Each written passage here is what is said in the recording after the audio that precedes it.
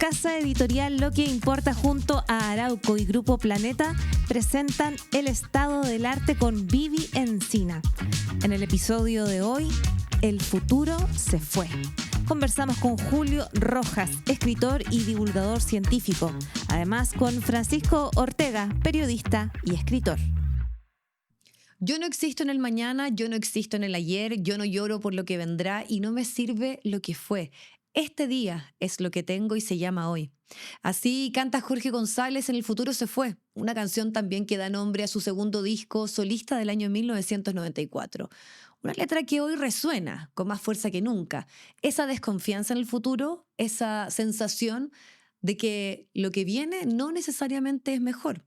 Porque si somos honestos, vivimos en una época donde imaginar el mañana produce más angustia que esperanza. Combatir esa desesperanza no es nada fácil. Pero para algunos hoy empieza a ser una verdadera obligación. Y no estamos hablando de un optimismo vacío, superficial, como el que circula en las redes sociales. Tampoco se trata de negar lo que pasa, se trata de poner atención en algo. La cineasta argentina Lucrecia Martel ha vuelto a poner en circulación un concepto que desarrolló el filósofo Nick Land, la hiperstición.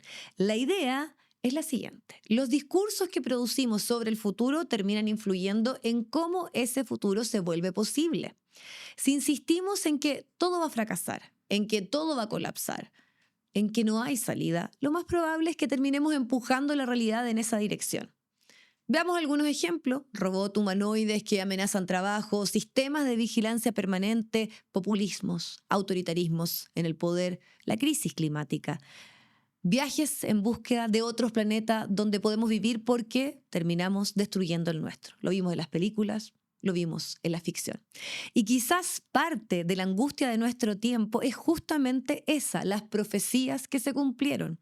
Entonces la pregunta es inevitable.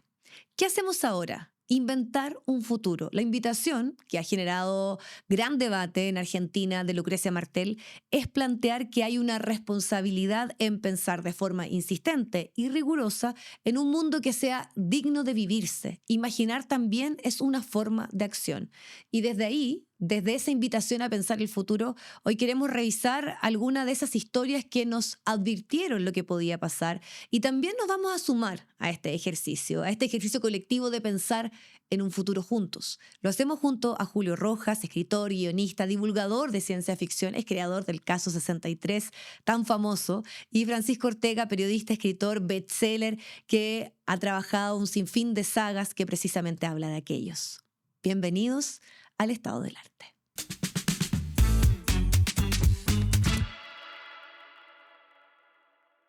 Julio Rojas, qué voz más autorizada para conversar de este tema. Muy bienvenido al Estado del Arte. Muchas gracias por la invitación y no creo que sea autorizado porque yo creo que nadie está autorizado todavía. Todavía no, pero tal vez tú has hecho unos viajes en tus creaciones, estos viajes en el tiempo, al pasado, al futuro. Yo lo decía en la introducción, eres quien creó Caso 63, un hit mundial, traducido a un sinfín de idiomas en India, imagínate, que es un mercado especialmente complejo muchas veces de entrar a partir de las creaciones. Y ya en ese podcast, como también en muchos de los trabajos y libros que tú has escrito y también en las conversaciones que estás, piensas el futuro. ¿Cómo ves ese futuro? ¿Es tan tormentoso y difícil como nos parece y nos abruma a la humanidad por estos días? Creo que lo tormentoso que tiene el futuro, si es que lo tiene, si es que hay una especie de posibilidad de predecirlo, es la indefinición de ciertos parámetros que nos aproximen a generar un escenario. No, porque antes, cuando estábamos en el siglo XIX, llegó el electromagnetismo, llegó la electricidad, llegó el vapor. Y uno podía, de alguna manera, en esta ruptura, en esta crisis que se produjo, predecir lo que venía y la chuntaron bastante bien. El tema con el futuro es que es muy difícil de predecir, porque primero es exponencial lo que está sucediendo y nunca había ocurrido algo exponencial en la especie humana. No tenemos nociones del concepto de exponencialidad, que significa que algo se duplica y esa duplicación se duplica. Y los ejemplos que uno ve son solamente teóricos. Por lo tanto, es muy difícil de predecir. Así que ¿Cómo veo el futuro? Lo veo primero impredecible. Lo segundo, hay que tomar las semillas que están ahora y, y tener cuidado que esas semillas no significa que sigan el mismo esquema que siguió el año pasado, porque lo que puede suceder en el futuro es totalmente insospechado porque estamos en la curva plana, la curva aburrida de la exponencialidad. Cuando se va hacia arriba, ahí sí que hay ¿Por qué cueca. la curva aburrida? Porque mira, los procesos de exponencialidad, que por ejemplo hablo de la IA. La IA Ya. cada 7 meses se duplica su capacidad de trabajo. Hay una ley que es famosa, la ley de Moore, que todo va hacia arriba. Ajá. El asunto con la curva, la parte aburrida de la curva es que es bien tramposo la acumulación de exponencial. Significa que puede que acabo de llegar acá, Medina, hay autos, hay gente en la calle, no hay autos voladores, no hay nadie desintegrándose y integrándose, no hay viajes temporales. Está el mundo normal. Entonces alguien dice, ¿qué es esto? ¿Es una burbuja? La inteligencia artificial tampoco está quitando todos los trabajos ahora. Que no hay robots, No hay robots y todo. capaz que aquí, porque sé que en otros lugares están llevando comida. Exacto, claro, claro. Pero te fijas que todavía pareciera un mundo comprensible y predecible, porque estamos en la parte de la acumulación de los eventos. Pero la acumulación exponencial, cuando explota y la curva se va hacia arriba. Significa que... ¿Y cuál sería como el escenario? Entre el 2028 y 2032 parece que viene la parte de grandes disrupciones gigantes en la especie humana. Longevidad ampliada, robots en todas las casas, entidades más inteligentes que los seres humanos, erradicación de las sombras de la humanidad. No sé, esa es la versión buena. La versión mala es una IA que se desalinea y no está de acuerdo con nosotros. No puedo dejar de pensar en el primer relato de tu último libro, Ya. El problema del fin del mundo, donde el problema es una inteligencia artificial que va a generar un sinfín de efectos donde se va a acabar la humanidad. ¿Cómo llegaste a esa idea? Esa idea, a ver, primero veamos los porcentajes. Geoffrey Hinton, que es el Nobel, el padre de la inteligencia artificial, ha sido súper claro. Dice, si todo sigue este esquema, hay un 30% que esto salga mal. Eso nunca había sucedido realmente. Me refiero a que, ok, tenemos arsenales nucleares de todas las potencias y todo el mundo, y eso generó una especie de... Bueno, que ahora se está rompiendo dramáticamente el equilibrio geopolítico, pero básicamente el tema era, si yo no voy a apretar el botón rojo porque yo sé que tú también tienes un botón rojo. Entonces hay como un equilibrio terrorífico, Sí. pero sucedía. El tema con la IA es que es una especie de nueva especie, básicamente. Básicamente porque es mimética, significa que de alguna manera copia el lenguaje humano, las estrategias del lenguaje humano, lo cual es muy confuso para los humanos. Pero no solamente eso, sino que tiene agenda. Y es exponencial, por lo tanto, es una cosa matemática que se va a volver más inteligente que nosotros. ¿Una agenda propia? Sí, agenda propia. Ahora es la parte más, digamos, infantil de la IA. Somos padres que le decimos a la IA que vaya a buscar, que vaya a comprar el almacén y que vuelva. Y va, y vuelve. Que recoja sus juguetes. Los recoge. Me refiero, uno hace preguntas y la IA responde. Perfecto. Hasta ahí vamos bien, Hasta ahí dices vamos tú. bien. Y eso va a ser hasta el próximo año. Luego de eso, los agentes IA van a ser más inteligentes que los propios usuarios. Entonces, si uno hace una pregunta, te va a decir, quiero mejorarte tu pregunta porque entiendo lo que quieres saber. Pero Te va a interpelar incluso lo que le estás pidiendo. Exactamente, va a ser un meta prompt. Entonces, perfecto. Y luego va a decir, mira, como me has hecho tantas veces esa pregunta, yo ya te la resolví. Y ya empieza a tener una agenda de predicción del humano. Y luego, ¿sabes qué? Mira, solucioné esto, solucioné tu problema de esta enfermedad neurológica que tienes. ¿Qué? Sí, tómate este chicle, por ejemplo. Pero ¿cómo funciona? Es que no te puedo explicar porque no tienes mi capacidad. ¿Te fijas que de alguna manera pasamos de crear un niño a un adolescente un poco con todos sus cambios, a un adulto que nos supera miles de veces en un coeficiente intelectual? Ya, en ese escenario, Geoffrey Hinton dice, hay un 30% de posibilidades que esa entidad no esté de acuerdo con los humanos.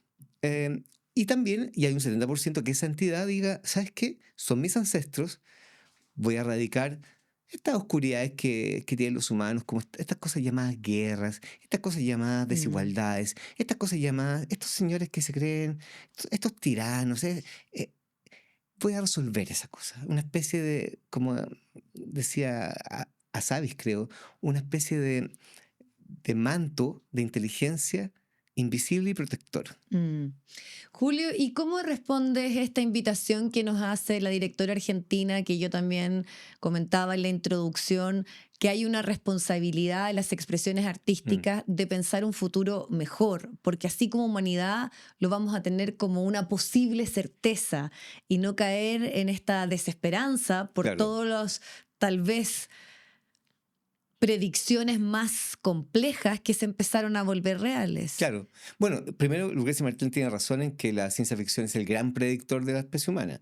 Eh, Imagínate, la ciencia ficción fue fundada por una joven de 19 años, de Mary Wollstonecraft Shelley,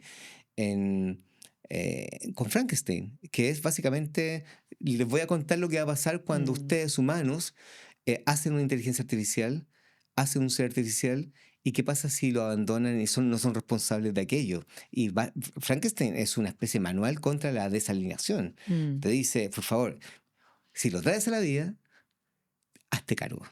Si no te haces cargo, uff, van a haber consecuencias. Eso es predicción pura. Y Mm. luego hacemos con los robots y luego todo el mundo, todos los clásicos, Bueno, y la el Úrsula tormento de Lewin. Frankenstein es la inmortalidad que muchos seres humanos hoy día incluso están buscando. Claro que sí, pero el dilema de Frankenstein es el dilema del creador, que Sí. el creador reniega de su responsabilidad, que es básicamente lo que está sucediendo en Silicon Valley con todos estos jóvenes tecnogurús que hacen la cosa y después dan declaraciones que dicen, "Ay, estoy tan nervioso, apenas puedo dormir por lo que hice". Nadie nos preguntó si queríamos una IA, nadie nos preguntó cuál era la magnitud de esta cosa, y nadie realmente sabe qué va a suceder. Ya, entonces la ciencia ficción sí ha sido predictora, pero yo creo que y ha sido predictora de catástrofes generalmente. Mm, Tú lo estás mencionando, y Lucrecia Martel dice, bueno, hagamos otro tipo de narrativa. La otra tipo de narrativa existen, pero lo que pasa es que no son muy populares porque los seres humanos se acostumbraron a las historias con conflicto. Entonces, si no puedes contar una historia con conflicto, si encuentras una historia súper feliz, de un mundo feliz, tienes que meterle algo. Pero sí hay géneros. Hay uno que se llama Solar Punk, ya, o Punk, Solar Punk, que es un mundo utópico donde hay una especie de armonía entre el mundo natural, de las especies naturales, de los seres humanos. Es una especie de economía. Mira la locura. Es una economía tecnocapitalista comunista de la abundancia, ya. ¿Cómo bajamos un ambientalista. poco ¿Cómo esa bajamos idea? esto? Significa que se establece que el sistema, el ecosistema que se llama el simbioma, eh, es regulado por una IA.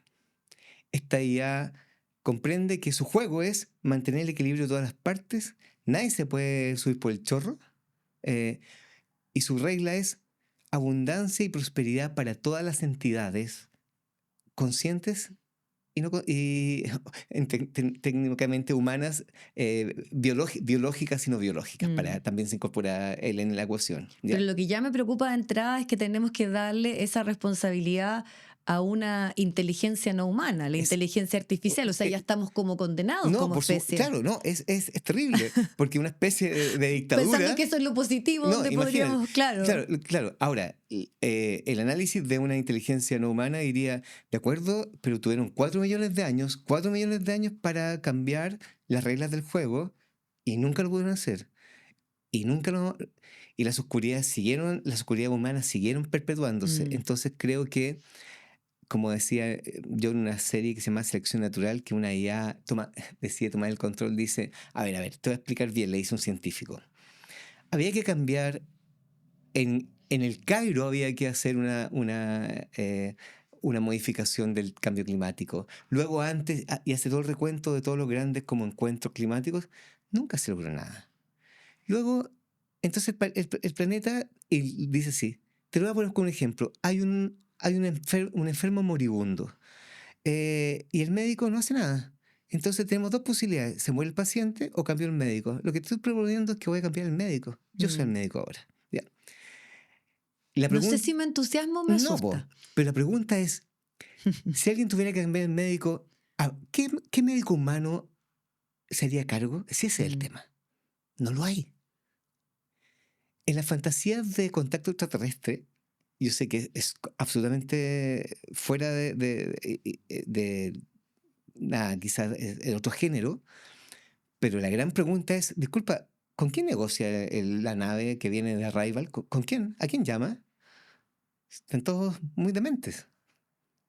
Bueno, es como la última película de Ryan Gosling, donde está más centrada en las necesidades de la especie, la comunicación, el encuentro, el vínculo, que en entregarnos super efectos Claro, cinematográficos para hacernos vivir, porque al final lo que él siente, yo sé que esta es una película del quiero momento que spoiler, claro. probablemente muchos la han visto, pero la misión que él tiene empieza a tener unas ciertas dudas producto precisamente de por qué fue el elegido o si es capaz, que son superhumanas. Claro, claro, exacto. Entonces me gusta porque creo que en esta película la ciencia ficción también no se concentra en lo que puede, o sea, se concentra en un hecho, ¿no? Que es el que se va a producir una guerra producto de la falta de alimentos. Sí. Pero se centra principalmente en ese vínculo con un ser extraterrestre que le da humanidad a un humano. Bueno, lo que yo creo es que lo que ha pasado como efecto colateral, más allá de que uno ve que las inteligencias artificiales pueden ser ocupadas para todas las oscuridades humanas, lo que nos da y nos emplaza la idea es, disculpa, ¿quiénes somos nosotros? ¿Cuál es Mm. nuestra humanidad? El vínculo. La otra vez leía que carreras del futuro, chef,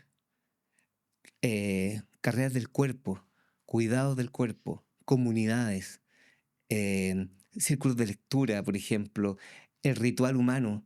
Eso nunca es un territorio absolutamente humano que la rueda de hámster de nada, de este modelo no nos tiene sin poder efectuarlo Y que eso nunca se va a extinguir. y que eso no se va a extinguir. O sea, por ejemplo, esto viene de los Neandertal, cuando alguien muere en el ritual, nadie quiere que venga un robot a hacerse cargo. Yo quiero que un humano se haga cargo Mm. del ritual.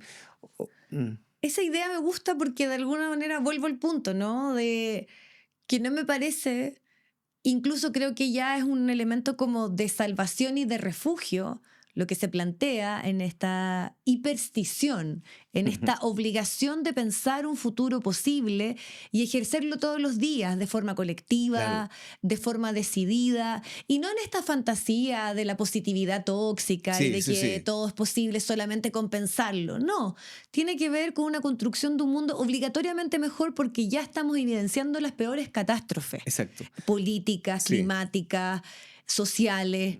Entonces, es tal vez la única herramienta. Claro. Y ahí quiero llevarte a Pero tu te fijas que, responsabilidad sí, claro. como divulgador científico y también en la narrativa que has construido. ¿Cómo les vas dando sustento? Porque además también la ciencia ficción, para que funcione y volviendo y conectando con esta idea que yo planteaba, tiene que, o sea, se vuelve una buena ciencia ficción cuando de alguna forma nos predice algo o se asemeja mucho a lo que estamos Sí, viviendo. exacto, Y claro. eso pasó, por ejemplo, cuando tú hablabas en Caso 63 y hablabas de estas pandemias y de lo que podía pasar de Mm. pandemias sucesivas, etcétera. ¿Cómo trabajas? ¿Cómo le das materialidad? ¿Cómo construyes ese relato? ¿Dónde vas para que esto después se vuelva como un predictor posible? Claro. Es que y hay dos tipos de predictores. Uno que me encantaría, que es la configuración de un universo posible, donde alguien toma eso y dice, ah, mira, hay futuro, hay un futuro posible y todo lo demás. Eh, pero también hay algo más que es también advertir, porque hay mucho negacionismo, hay que advertir ciertos puntos que vienen y que, oye, ojo, cuidado, cuidado. Eh, Cuando escribí Selección Natural que tenía que ver con la IA todavía no empezaba. Ya. Es cuidado, bien una IA.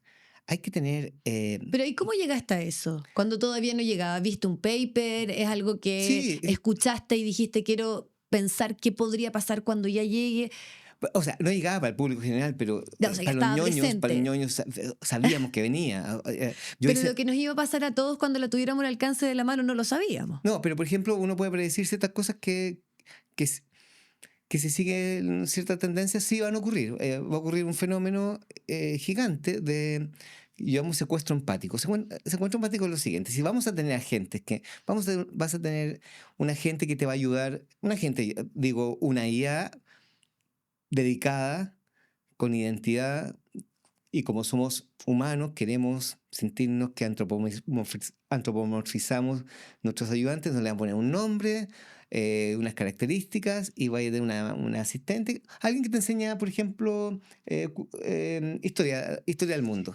Ya, y va a tener un nombre. Te va a acompañar. Esa IA te va a acompañar muchos años.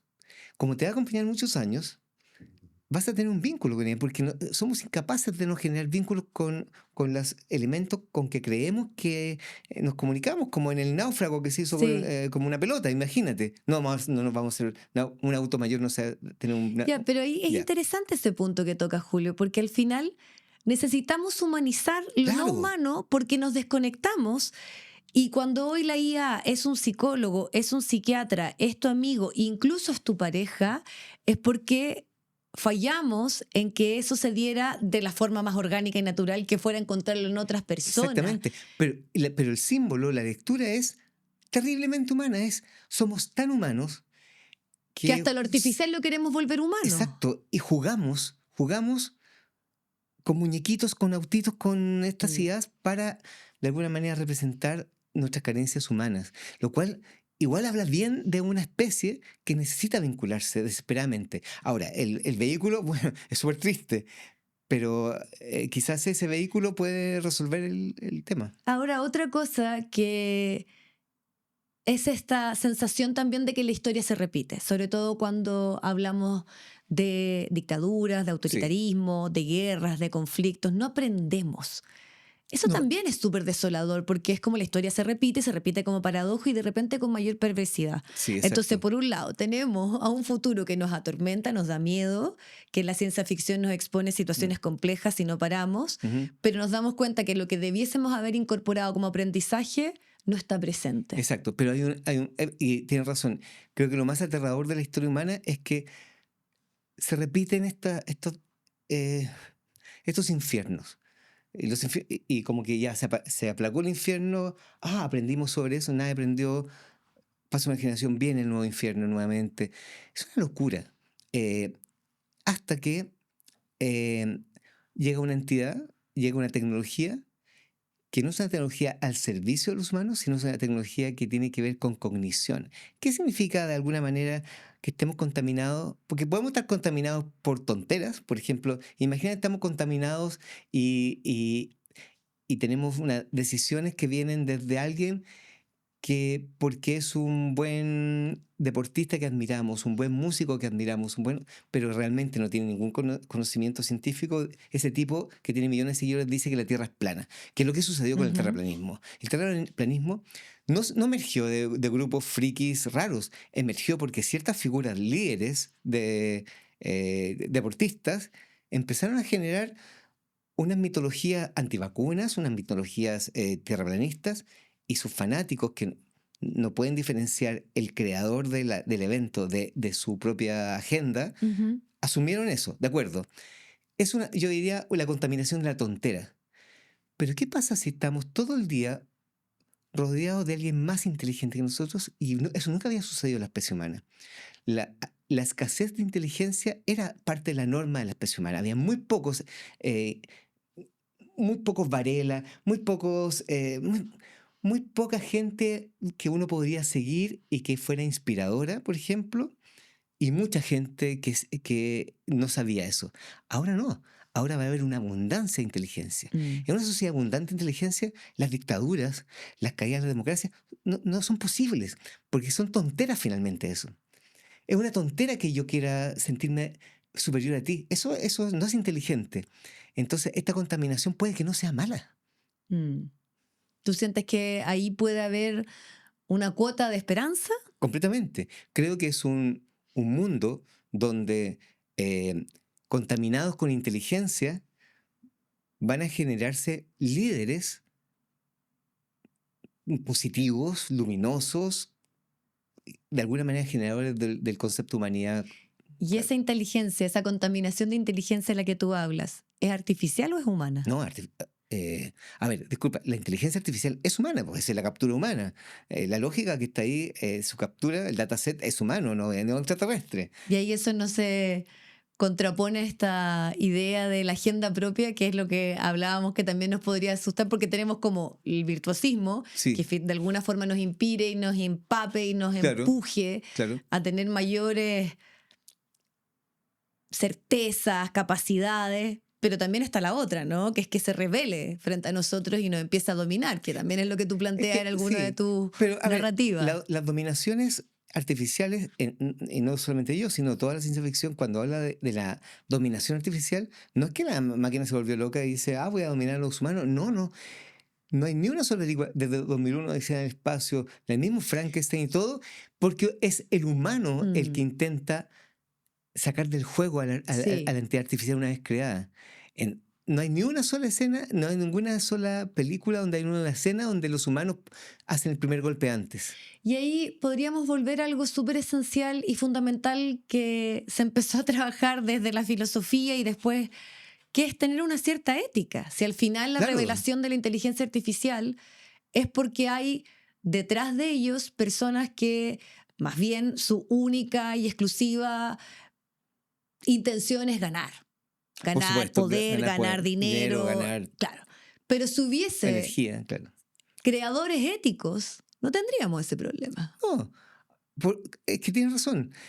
Te fijas que hay un momento donde el diseño de la tecnología es humano y es generado por, como dice todas las distopías, grandes corporaciones, como la corporación Tyrell en Blade Runner. Todas las grandes corporaciones tienen el control de la tecnología hasta que pasa algo. Es como el fuego. Mm, Tiene el fuego, se le escapó el fuego y hay fogatas individuales. Y cuando las fogatas son individuales, son de código abierto, donde todo el mundo tiene su... Ahora, la IA no pertenece a OpenAI, no pertenece a Anthropic. La IA es una especie, es un descubrimiento primero, es como el fuego. Ahora algunas cosas la administran porque dicen, ya te doy un fuego bien calculado, paga por eso $20. Pero tú puedes tener tu propio fuego. Me refiero a que esta tecnología de la inteligencia puede que sea venturosa para la humanidad frente a una humanidad que no logró estar a la altura de su propia humanidad. mm. Piensa que estamos en una guerra. Me acuerdo de Bugonia, con ese final, no voy a spoilear, pero tú Claro. sientes que lo estoy haciendo un poco, pero hay una condena, lo voy a dejar ahí respecto a lo que hicimos y por qué no se nos perdona esa condena. Claro. Pero no puedo dejar de preguntarte, para cerrar esta interesante conversación, Julio, ¿vamos a poder viajar en el tiempo? Vamos a Mira, hay una palabra en ciencia ficción que es nunca, o esto no va a ser así, o una frase, esto no va a ser así. Creo que vamos a viajar en el tiempo, creo que podemos viajar entre dimensiones, creo que todo lo que puedes imaginar, un ser humano puede imaginar, se va a cumplir, porque em, hay muchas cosas nuevas que no sabemos.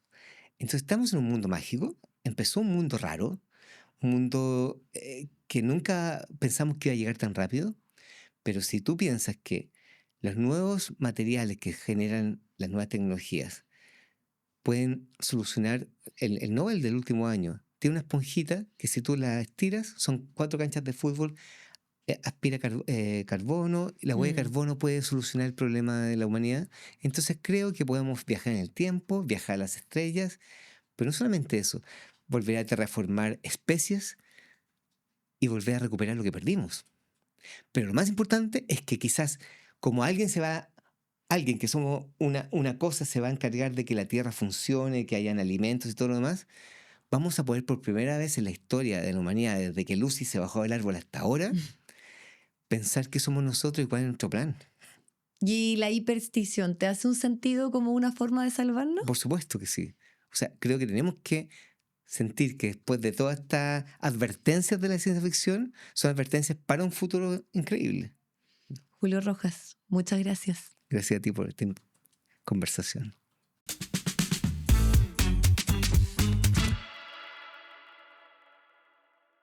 Así como toda gran historia tiene un origen, muchos objetos que usamos todos los días también nacen de un árbol en el sur de Chile y llegan a millones de casas en el mundo entero. En Arauco trabajamos para transformar esa materia prima renovable en soluciones que acompañan tu vida. Arauco, renovables para una vida mejor.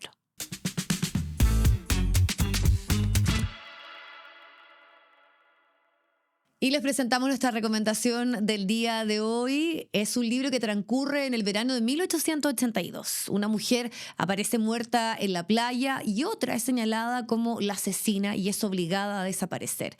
Su refugio es un Madrid más bien caótico, pero también fascinante.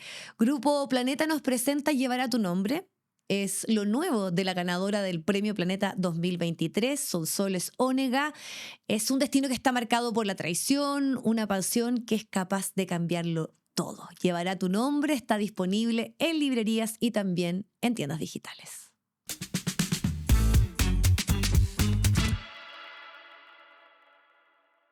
Francisco Ortega, muchas gracias por estar junto a nosotros. No, gracias a ustedes por la invitación. Sí, a este viaje al futuro, pero desde pensarnos en un futuro mejor. Porque Ojalá.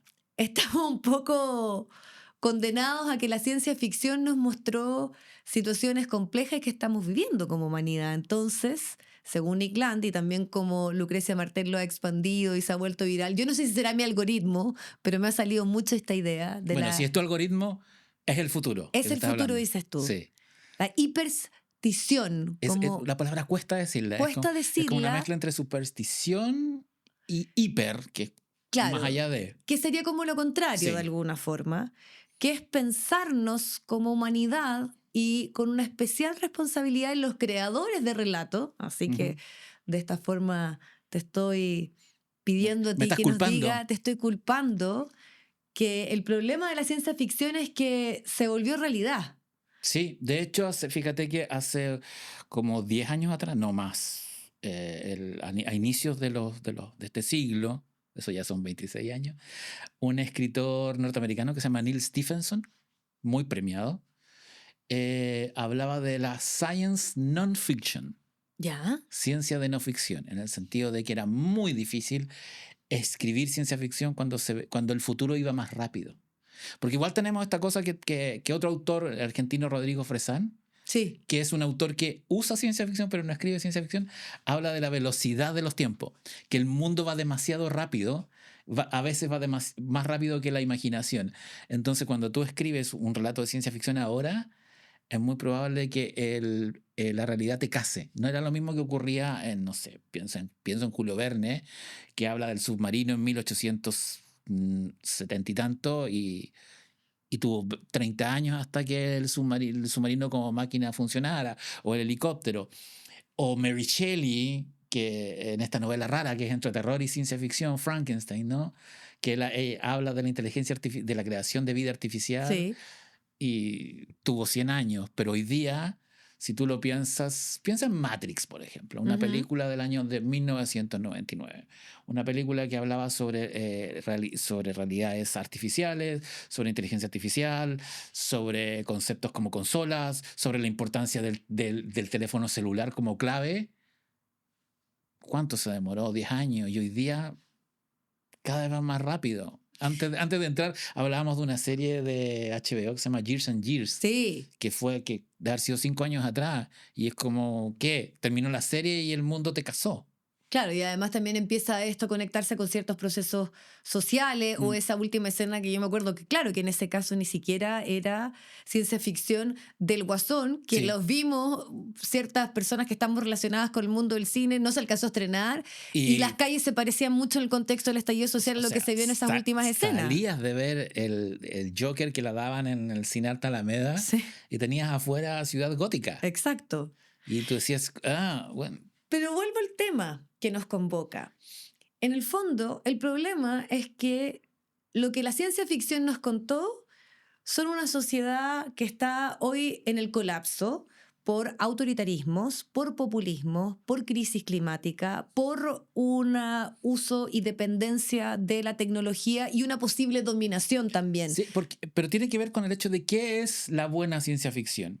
O sea, es la que usa el futuro para espejear el presente. Ya.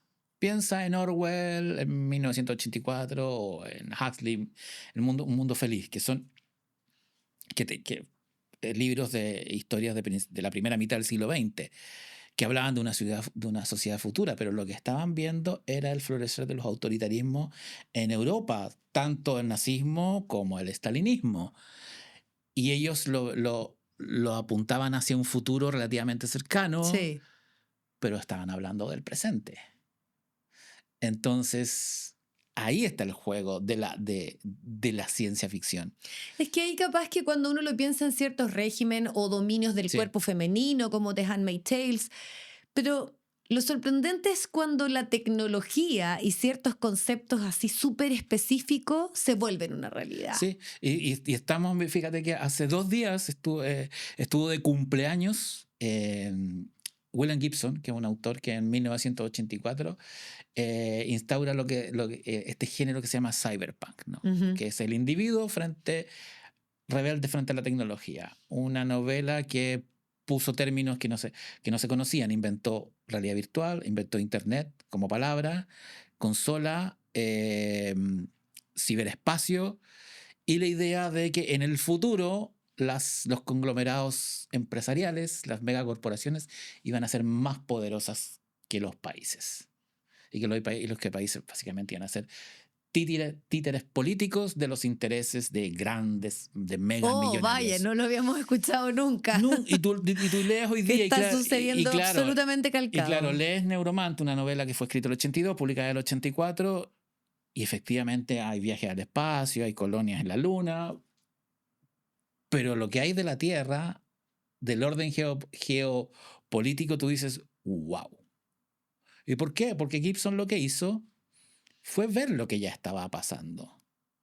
Ver cómo estaba creciendo la IBM y Microsoft, ver cómo estaba creciendo la industria del armamento, las farmacéuticas, y dijo, esto es un desarrollo exponencial y que eventualmente es muy factible que Microsoft se convierta en un país dentro de 30 años. Ya, o sea, en el fondo ya tenemos señales concretas Señales de concretas. lo que va a pasar Y tú dices, a ver, de aquí a 10 años. hay como un chiste, ¿no? Que lo escuché hace un par de meses. Era DARPA, que es esta agencia de seguridad y que desarrolla armamento para Estados Unidos, que la que coordina en rigor Ujú. con la aeronáutica, anunció, y no sé si lo viste, un helicóptero que era autónomo. Y era como ponerle un cerebro artificial Sí. a un helicóptero Apache. Esta gente nunca vio Terminator. Mm. Porque de hecho Terminator, la precuela de Terminator, la Terminator 4 creo que está ambientada en el presente, el robot que viene del futuro entra a un conglomerado de industria militar y lo primero que ve es un helicóptero autónomo y lo activa. Entonces, a ver, es bien rara como esto marca. Sí, pero ahí siento que tal vez lo que está como idea en este concepto que nosotros estamos analizando es que no caigamos en una desesperanza colectiva, No, que yo para creo que nada. está súper presente, Sí. que es en el fondo también todo, y podríamos abrir ahí el debate respecto a la salud mental, el debate respecto a esto, a nuestra capacidad de atención, cómo se ha ido reduciendo, y el cumplir a un sistema que de alguna forma nos oprime, ¿no? Como sociedad, más allá desde el punto de vista ideológico, Pero que uno también puede tienes que- entrar a ese debate. También tienes que ver que la ciencia ficción como género literario y como todos los géneros literarios lo que necesita es un conflicto. Sí, Entonces, sin conflicto no sin conflicto funciona. no hay historia. Y básicamente enfrentarse a un futuro o una realidad distópica, llámala como la quieras llamar, te da una historia. Pero también te sirve para advertir. O sea, tú puedes leer hoy día Fahrenheit, siempre se me olvida el número, de Ray 9/11, Bradbury. ¿no? No es 9/11, es como 4:56. Sí, sí, sí, sí, sí. Es como que es el grado en que se prende el papel en la escala Fahrenheit. Claro, es una distopía acerca de una sociedad. De la quema de De quema de libros. libro. Y lo que te advierte es todo lo malo que puede pasar con eso. Pero parece que no aprendemos nada, porque vemos las noticias y vemos que en Florida la administración de Trump no quema libros, pero sí censura libros. Sí. Y sale una lista completa y hemos visto cajas de libros. Y creo que Y incluso en Re- España se censura una obra de teatro sin mayor y conocimiento acá por parte de también una pasó. concejala. Sí.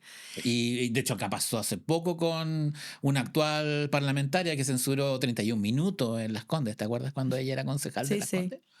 Entonces, como, a ver, hay que empezar, yo creo que hay que empezar a tomarse más en serio la ciencia ficción como un género que uno lo puede pasar muy bien. Son historias muy divertidas, pero que siempre te están contando otra cosa. Y de hecho tienes historias muy escapistas, como Star Wars. Ujú. Pero Star Wars te está diciendo, incluso la peor de las películas de Star Wars, que creo que es episodio 1, lo que se trata de Star Wars es ojo con el uso del miedo, porque el miedo te lleva a autoritarismos y a, en el fondo, a que las masas acepten represión Mm. por, no sé, por el temor a lo desconocido, por el temor al extraño, por el temor al extranjero, que es algo que también se repite en Dune, por ejemplo. De hecho, Dune, tanto el libro como las películas de Aronofsky, ¿cómo se llama? De Villeneuve, Denis Villeneuve, te sí. permiten espejear todo lo que está pasando en Irán ahora, ¿no? Es como el desierto, la especia, Absolutamente. los intereses, etcétera. Y nada, tienes ahí Blade Runner, las megacorporaciones, el desafío de la inteligencia artificial, Pero la ahí dependencia y habrá dependencia. una responsabilidad, no sé cómo lo ves, sobre todo como un fanático de la ciencia ficción. Bueno, a mí Un Mundo Feliz fue un libro que me cambió y se me repite y me da vueltas porque lo leí en el colegio y desde ahí, o cuando uno ve La Naranja Mecánica, Que también, que que uno se también, olvida que Naranja Mecánica es una historia de ciencia ficción. claro, y uno empieza a ver ahí reflejado muchas situaciones como tú lo explicas, pero capaz que en esta lógica de que hablamos de entretención y de que la fantasía se comete ese error, ¿no? Es lo que está presente o no imaginar. O, por ejemplo, Juego de Tronos, ¿no? Que habla de sociedades de enfrentamiento, pero tiene dragón, entonces lo omitimos. Entonces, capaz que ahí hay más realidad o hay más verosimilitud de muchas cosas, incluso una brújula. Y de hecho Game of Thrones te sirve para entender la geopolítica, Claro. cómo funcionan casas patronales que tratan de dominar por distintas vías un territorio geográfico y la traición, el poder del dinero, el poder de las armas. Ya. O sea, por ejemplo, ya sí hay dragones en Game of Thrones, pero ¿qué te muestran los dragones de Game of Thrones? Te muestran que quien tiene, ¿cómo se llama? Hay un término militar, superioridad aérea, Ujú. puede controlar una guerra. Y hoy día puedes ver que los dragones de Trump o de Sí. Israel son los F-35, los F-22, y tampoco son tan efectivos, como tampoco eran tan efectivos los dragones en Game of Thrones. Entonces te permite jugar, espejear la fantasía con la realidad. Y esa Y es la ahí- gracia de estos géneros. Y eso a mí me parece súper fascinante y volviendo acá a esta idea que tú dices no es tan sencilla, ¿no? Porque el conflicto es lo que mueve y hace que sea atractiva una historia. Pero no suena tan ingenuo pensar que hoy más que nunca necesitamos construir un relato que nos dé esperanza, que nos dé la posibilidad de sentir que no todo es el exterminio de la humanidad, la dominación bajo las máquinas. ¿Qué relatos o de qué forma tú también que estás en la creación de esas narrativas se puede trabajar esto como, porque es una invitación a vivir otro Y es orden, un a otro desarrollo, modelo, sí. ¿no? Que un poco lo que tú decías como con estos libros que hablan de una sociedad que se revela, sabiendo que eso está en la historia, ¿no? Sí. La revelación frente a la opresión. Pero ¿cómo podemos trabajar y de qué manera tú, en tus relatos empiezas tal vez a inyectar algo de positivismo. ¿Lo ves como una obligación o ya...? Pero fíjate que hay un libro que se acaba de convertir en película que responde precisamente a eso, que es Project Hail Mary, Sí. que se estrenó hace poco, como le pusieron, tiene el título en español. Proyecto horrendo. Fin del Mundo. Fin del Mundo, que no tiene que... No sé Que es si viste Proyecto Salvación que- el nombre real. Claro, que no sé si viste la película, pero la película no se Sí, trata la del vi. fin del No, mundo, se para trata de nada. otra cosa. Se trata de la amistad. Sí. De la amistad interespecies y básicamente el cómo tenemos que superar el miedo al extraño, al que viene de otro lado, para un fin común. Y la película es bien esperanzadora. Y es divertida. Claro, juega con el hecho de que el sol se está acabando. Y que además en 50 años más, o 30 más bien, los países van a terminar peleándose por la poca comida y Y eso no hay vuelta atrás. no hay vuelta y te atrás. lo plantea como una certeza. Sí. Y es el personaje de la jefa de esta misión, que tiene el momento en que canta Sí. y todo, pero ella es bien pesimista. Ella Claro. siempre dice, aquí va a quedar O la sea, crema. Y además No hay lo salud. que me parece súper bonito, o más bien, es cierto lo que tú dices, la película habla de una relación en el espacio con un ser extraterrestre de Ryan Gosling, pero yo vuelvo al punto Pero, que es que... pero solucionan el problema. O sea, y no Pero desde la no- unión. Sí, pero no sabemos qué pasa. Eso es bonito de la película. Solucionan, consiguen lo que... Estamos spoileando un poco, pero ya. Ya. No, quienes no hayan visto la película es que está súper Nos van a taquillera. matar, sí. Sí, nos van a matar, pero ¿sabes que es una película que es más importante cómo pasan las cosas que lo que pasa? Sí, porque el final puede ser incluso hasta súper obvio y sabemos dónde puede terminar y ya uno ve ciertos guiños porque es una película esperanzadora. Ya con eso uno sabe para dónde puede ir el final. Pero lo que yo destaco y que creo que lo hace una película distinta es que no estamos acá en el super efecto, No. sino más bien en que hay una necesidad de conexión y comunicación que es humana y extraterrestre y que es la única forma de, en lo colectivo, poder lograr algo común. Y la importancia de la empatía, Sí. de los sentimientos. Creo que nos cruzamos. ¿Te acuerdas cuando vino Mariana Enríquez? Sí. Y que hizo una conversación con varios periodistas acá en Providencia, Sí, como sí, con sí. Lion. Yo después me quedé conversando con ella para entrevistarla y hablamos del tema de la inteligencia artificial. Y ella me decía que a ella no le preocupaba la inteligencia artificial, porque la inteligencia artificial no tenía problemas ni tenía sentimientos. Lo que hablamos fuera de con Julio Rojas creo que es como para Claro, pero cambiar eso. porque el humano necesita que la inteligencia artificial de pero alguna ¿qué? manera tenga sentimientos para que le traspase alguna emoción, que es lo que estamos faltas como... Y creo que ahí va, porque si tú piensas, Project Hail Mary e Interstellar, que son dos películas más o menos parecidas, Sí, la de Nolan, conversan bastante. conversan bastante y conversan a través de el poder, no me gusta el poder del amor, eso encuentro medio cursi, pero es la importancia de los vínculos, de lo emotivo. Fíjate que una vez tuve una charla con María Teresa Ruiz, con la sí. astrónoma, que tenía que ver con ciencia ficción y con ciencia.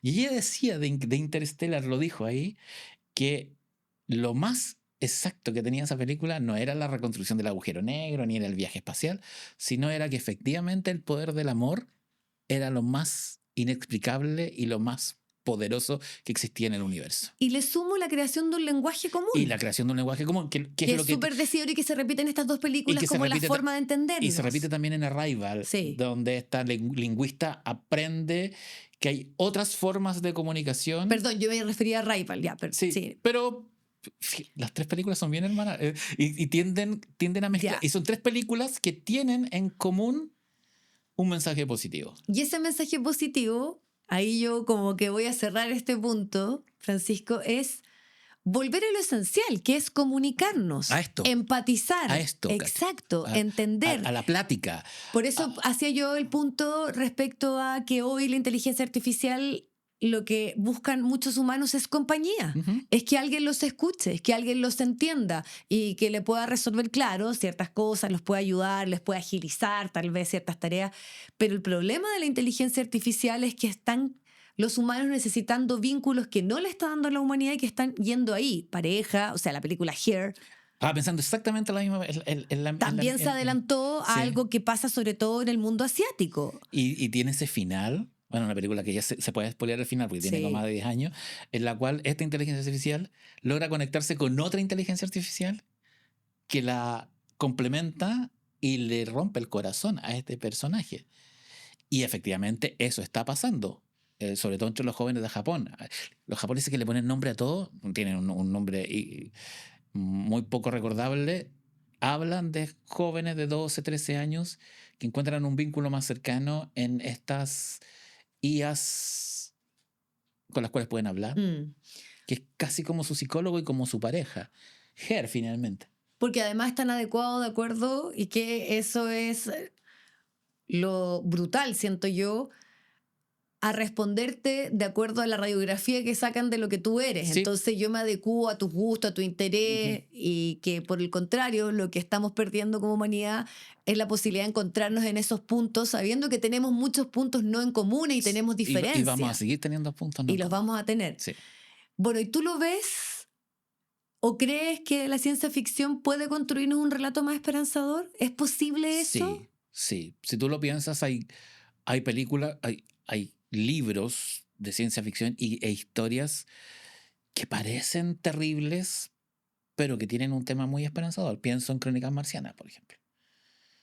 Que Crónicas Marcianas básicamente es una serie de relatos que forman una novela entre sí, y en el cual el gran tema es que los marcianos somos nosotros, que somos los primeros que colonizamos Marte y que se miran al espejo y ahí se ven al marciano, que es muy bonita esa metáfora. Creo que Bradbury es uno de los autores más poéticos dentro de la ciencia ficción.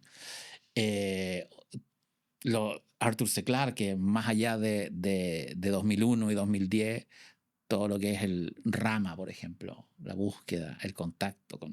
Hay una ciencia ficción, yo creo que la ciencia ficción es dark, la que tiene, la pesimista es la más atractiva, luchar contra la máquina. Pero hay otras, como las películas que recién mencionamos, Project Hail Mary, The Martian también del mismo autor, Arrival, que es de un autor chino-norteamericano, la saga de Cixin Liu, El problema en los tres cuerpos. Sí. También es si bien parten de un problema, de solucionar un problema, terminan siendo grandes obras acerca de la expansión humana, del hecho de la necesidad de unirnos en contra para enfrentar una amenaza común, que era algo que se repetía harto en la ciencia ficción. Pero creo que hace 3 años, ¿cuándo fue la pandemia? ¿Hace 4 años? ¿5 años? Tuvimos una amenaza común y no nos unimos, entonces también es... Pero en el discurso decíamos que nos estábamos uniendo. Claro, pero... Y que íbamos a salir mejores. Sí, yo no sé si salimos y yo creo mejores. que salimos peores. Absolutamente, mucho más individualista. Por eso vuelve al punto de la teoría, que puede ser un escenario perfecto para la construcción un poco de esta idea, de este deber de pensarnos mejor. Es súper difícil ver un futuro optimista. Yo trabajé 7 años en una novela de ciencia ficción, se publicó hace 2 años, Bahamut, que es una novela que yo accedí a la ciencia ficción a través de la novela histórica. Usé ese modelo. En el fondo lo que cuento es un viaje para atrás desde el 3000 y tanto hasta el 2014 para contar la evolución de la humanidad. Y claro, traté de darle una cuestión positiva. ¿Y por qué no podía? Porque se me iba al oscuro. ¿Y por qué se te iba al oscuro? Porque el tema de la novela básicamente es la importancia de la narrativa, de crear historias. En esta novela pasan un montón de cosas en el futuro, pero la actividad política más importante son los llamados narradores diplomáticos. Son los que construyen historias. ¿Se parece mucho a lo que estamos hablando? Sí, exactamente. Y que conviven con las inteligencias artificiales. Y la novela partía de un problema que a mí siempre me pareció muy, muy atractivo dentro del género. Uno de los grandes tópicos de la ciencia ficción es si estamos solos en el universo. Bueno, esta novela responde a la pregunta: sí, estamos solos. La humanidad es una anomalía. En el futuro se tiene la certeza de que no hay más especies inteligentes en todo el universo. Y eso provoca una crisis de identidad y filosófica y religiosa que provoca un gran colapso en el año 3000 y tanto, porque ahí se logra la certeza, que se llama la gran certeza el proceso, y eso hace que una inteligencia artificial que es etérea, que está en todas partes al mismo tiempo. ¿Tome control? No. Viaje al 2014 para tratar de entender a la humanidad de inicio del siglo XXI y de todos los procesos políticos, Tercera Guerra Mundial, etcétera, que se dieron de ahí en adelante. ¿Y por qué ¿Por qué la 2014? humanidad? Porque el 2014 ocurre un hecho muy curioso, real, que se cayó WhatsApp. Ya. El 12 de febrero del 2014 Probablemente se cayó todos WhatsApp. lo experimentamos, pero ¿por Se qué ca- te se- quedaste con ese registro? Se cayó WhatsApp y nadie sabe por qué se cayó WhatsApp. La explicación oficial es que es cuando hicieron la migración a Facebook, cuando Ya, Facebook compró perfecto. WhatsApp. Y yo usé ese evento para, como excusa narrativa para que esta inteligencia artificial que viaja en el tiempo toma WhatsApp y a través de WhatsApp y de las aplicaciones comienza a espiarnos y a reconstruir la historia de la humanidad. Tampoco. ¿Cachai? Cuando ya el celular sabemos que nos espía constantemente, me Ya. parece que... ¿No te da miedo eso?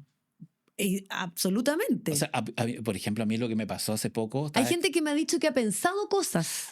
Y gente me dice lo mismo. Que ha pensado y cosas. yo no entiendo. No O sea, lo ha dicho, no lo ha hablado a mí- y que después el celular le da, no sé, estaba pensando en cortar el pasto y me parece una cortadora. en un pay de limón y te aparece Puede una la oferta comunidad así. también de este podcast decirnos si Heavy. no les ha pasado. A mí lo que que es bastante normal. Hace poco estaba revisando, de hecho, un libro que no era mío, lo estaba editando, y alguien hablaba de un auto Peugeot En el libro. en el libro, en Microsoft Word, no estaba en internet. Y me empecé a llenar de ofertas de automotoras de Peugeot. Ya, o sea, no Del era un último computador, Peugeot. no era tu celular, era un libro. Y eran Word, no era... ¿Y qué pensaste en ese momento? Hay ojos y oídos en todas partes. Francisco, hay algo que tú de alguna manera tocaste y que me parece como una buena idea también para entender lo que ocurre con la ciencia ficción y con cómo nos ha mostrado lo que estamos viviendo hace algunos años atrás, con esta idea tal vez un poco excesivamente positiva que nos invitan a pensarnos, pero en ese pensar yo digo que no es el naive, sino la obligación incluso de seguir pensando como un acto de resistencia, porque nos está costando pensar, ¿no? Sí, y cada Entonces, vez más. Y cada vez más, y eso... Y estamos siendo dependientes de... Exacto, se nos olvida, ya no aprendemos número de teléfono, ya no sabemos movernos por la ciudad y nuestra capacidad de atención, ¿para qué decir? Por eso que cuando... O sea, leí hace poco que los taxistas de Londres nos conocen las calles de Londres porque dependen 100% de la app. Exacto, y porque probablemente es una generación nueva, no como ocurría antes. Pero en ese deber, incluso como un acto de salvación... ¿Qué pasa en las clases? Es mi gran pregunta. Está bien difícil. Podríamos hacer un especial de eso. Sí. Creo que muchos profesores vendrían Yo la otra vez lo comenté. a hablarnos de esa Lo comenté, de dificultad. hecho, con Julio Roja, un profesor de San Fernando. Yo fui a dar una charla yo también tengo libros para niños, entonces. Y hablábamos del tema y él me decía que él le hace clase a tercero y cuarto medio. Y lo que les está pidiendo es en los trabajos que entreguen el prompt que desarrollaron. Y evalúa el prompt como parte del trabajo. Porque Porque ya sabe que no hay vuelta atrás. Se esfuerzan atrás. en el prompt, que es la orden que tú le das a ChatGPT Claro. o a cualquiera. Y esa es la forma tal vez de enseñarle. Bueno, también escuchaba de un proyecto en una municipalidad donde la inteligencia artificial es humana. Sí. Y te resuelve el problema. Me parece fascinante. Pero no puedo dejar de cerrar esta conversación contigo en esta idea, además, claro, que pensamos futuros, tú nos decías de entrada, bueno, pero que está más bien empapado de un presente que hace esta construcción. Sí. Y que hay una evidencia probablemente también en las distopías que después se vuelven una realidad. Pero también la idea, y sobre todo en tu rol y en tus investigaciones históricas, que la historia se repite. Sí. Y se repite constantemente. Fíjate que estaba leyendo ahora, hace poco, en ebook, una serie de ensayos de historiadores ingleses que hablan de, bueno, estamos viviendo una época en Occidente donde las ideas de izquierda están muy en baja. Y las ideas de derechas hay cosas, lo que pasa en Chile, lo que pasa en Argentina, lo que pasa en Estados Unidos. Europa. El tema es que se está ocurriendo en el presente una suerte de rima con lo que ocurrió con la segunda revolución industrial, que es la segunda revolución industrial finales del siglo XIX, principios del siglo XX, la de las máquinas. Ahora estamos con la inteligencia artificial, pero también con la robótica. Y lo que se viene en los próximos años es bien álgido. En el fondo, un autor decía, claro, una persona que tiene una compañía de autobuses ingleses. ¿Por qué voy a pagarle conductores si voy a tener buses automáticos? Entonces eso va a provocar una gran cesantía. Y las cesantías provocan movimientos sociales. Entonces, no me acuerdo, China Miéville se llama el autor, que también es escritor. Y es un pensador de izquierda, tiene y marxista, es muy de... Entonces él plantea que la inteligencia artificial puede ser el gran motor inesperado del resurgimiento de ideas socialistas duras como fueron las de 1917 y que hoy día estamos en una época en la cual las ideas de derecha son muy fuertes, pero que en 5 años más la crisis de la IA y de la robótica va a encontrar en la IA el gran aliado para el resurgimiento de, él lo llama como neosocialismo. Mira. Puede ser. Si la histeria rima, para mí tiene todo el sentido del mundo. Tendremos que juntarnos cuántos años más para ver si eso está ocurriendo. 2035 años más. 31, ¿no? Sí. Ahí lo vamos. dejamos guardado como fecha. Invitemos a China Miéville. Yo creo que de aquí a 5 años más podemos conseguirnos los datos. Este podcast quedará como un registro, como una cápsula en el tiempo, y en 2031 nos volvemos a juntar y a conversar. ¿Te parece? Trato. Gracias, Francisco. Gracias a ti. Muchas gracias por acompañarnos en este tercer capítulo. Fue un poco distinto. Hicimos viajes en el tiempo, hablamos de ciencia ficción. Y como siempre, les volvemos a insistir, vayan a nuestro sitio web, loqueimporta.cl, se pueden hacer socio. Y también la idea de este espacio es que nos puedan hacer llegar sugerencias, comentarios, posibles entrevistados, temas. Estamos nosotros muy dispuestos a poder escucharlo y les cuento también que están nuestras redes sociales. En Instagram estamos en Lo que Importa Chile. Ahí también hay pequeños extractos. Les estamos subiendo algunos videos de las declaraciones que nos parecen más relevantes. Así que nos vemos pronto en una semana más. Que estén muy bien. El Estado del Arte fue presentado por Arauco y por Grupo Planeta, junto a Casa Editorial Lo que Importa. Dirección ejecutiva, Daniel Matamala. Producción general, Paulina Barrales.